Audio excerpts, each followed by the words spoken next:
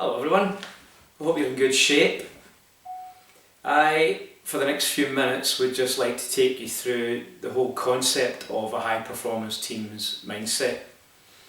And so the spirit of this is me talking for a few minutes. However, the essence of the whole piece is that face to face there's a discussion that generates some ideas and comes to some decisions about how it is that this process is delivered. So this is the insight piece, and then it's about making decisions about what you're going to do with this information.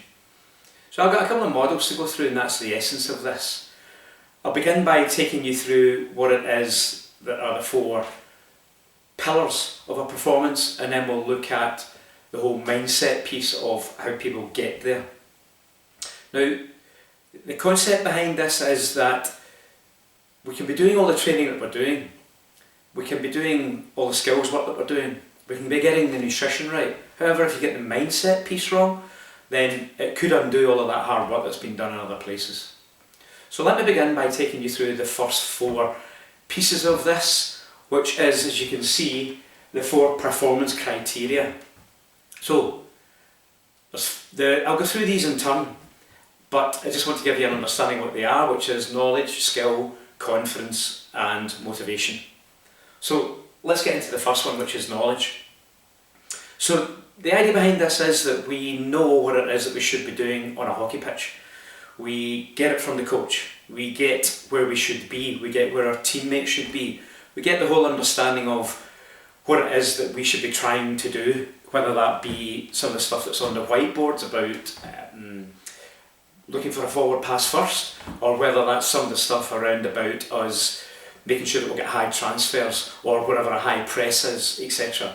And in principle, what it is we understand what we should be doing the minute we step onto a hockey park. So that's the knowledge piece, and the recognition is that we should all have that before we cross that white line.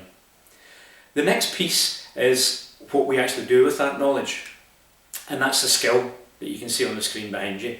So skill is, have you got the ability to do the basics on a hockey pitch? So it could be something like stop the ball, secure it, pass to a teammate's front stick, and then move into a space. But there's more in the skill area here, and it's the whole concept of, are you skilled enough to bounce back from something that has upset you? Perhaps it's an umpire decision, perhaps it's a bad pass that you made. Whatever the adversity is, it's how you handle that. And more than that, it's the whole concept of whether you can stay on the pitch. Because it could be that something has been done, you're off your game, someone's had a go at you, or you've made a bad pass, and the next one is you make a bad tackle and you receive a card, or you say something to an umpire that's inappropriate and you're sitting warming the bench while all your teammates are blowing out the butt trying to cover for you. So skill takes on whole different parameters. It's not just about your ability to dribble with a ball or to make a decent pass. Now, the next one is confidence, and confidence is about a tough one actually for people to understand. Confidence is self-assuredness in your ability to carry out a task.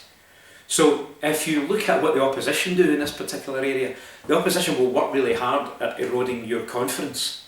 So they'll try and get in your head, and by doing that, your game begins to go off, you begin to doubt yourself. However, at the level that many of you folks us operate, what we like to think is that we're better than that and we get ahead of what it is that the opposition is trying to do with us. And therefore, in essence, what we do is we stop them from causing us to have a confidence blip.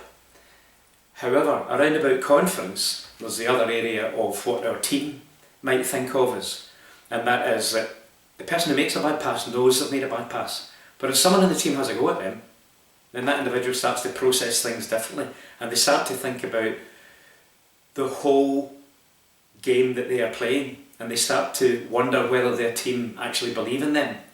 And that then becomes dangerous, because it can be classed as what psychologists describe as imposter syndrome. And imposter syndrome is that the person thinks that they shouldn't actually be there. So as the ball's coming to them, they're thinking, I better not make a mistake because my teammates will get on my case. My teammates don't think I'm worthy of being in this particular area. My teammates think that they can do a better job than me in this area. My teammates don't think that I should be here at all. So I've talked myself off my A game. And that's really dangerous. In fact, if you think about that as a principle, you're doing, if you do that sort of thing, you're doing to your teammate what the opposition's trying to do. So you're doing the opposition job for them in essence. So for us, it's all about how do we handle that particular approach, and I'll delve into that a little bit deeper when I show you some of the other model and the criteria that we'll measure it against. And then the final one is motivation. And what I'd like to say about motivation is that when you reach a senior level in any sport or in any organisation, there's a fair old chance that you'll be self-motivated and you won't have an issue around about this. However, motivation is not extrinsic. It doesn't come from anything else. It comes from inside. And that is that we move towards something that we find pleasure in, and we stay away from something that we find pain in. So if someone is getting at you, then that becomes painful, and it might be that you actually don't want to be in that team anymore. So that's these 4 pillars, the concept of delivering a performance, the criteria around about that. The good news is that it's only one of these that causes a dip in performance. Now, I say one main one. The others might then be fed by it, but it's only one. And in particular at our level, it's mostly the confidence piece. So, with that in mind, I'd like to show you the second model now, which is about the levels of performance. And in order to make this simple, we'll do an analogy through it. However, the first one, unconscious incompetence. Now that comes about when you realise suddenly that there's something out there that you have never tried and you're blissfully unaware that you're hopeless at it. So let's consider driving.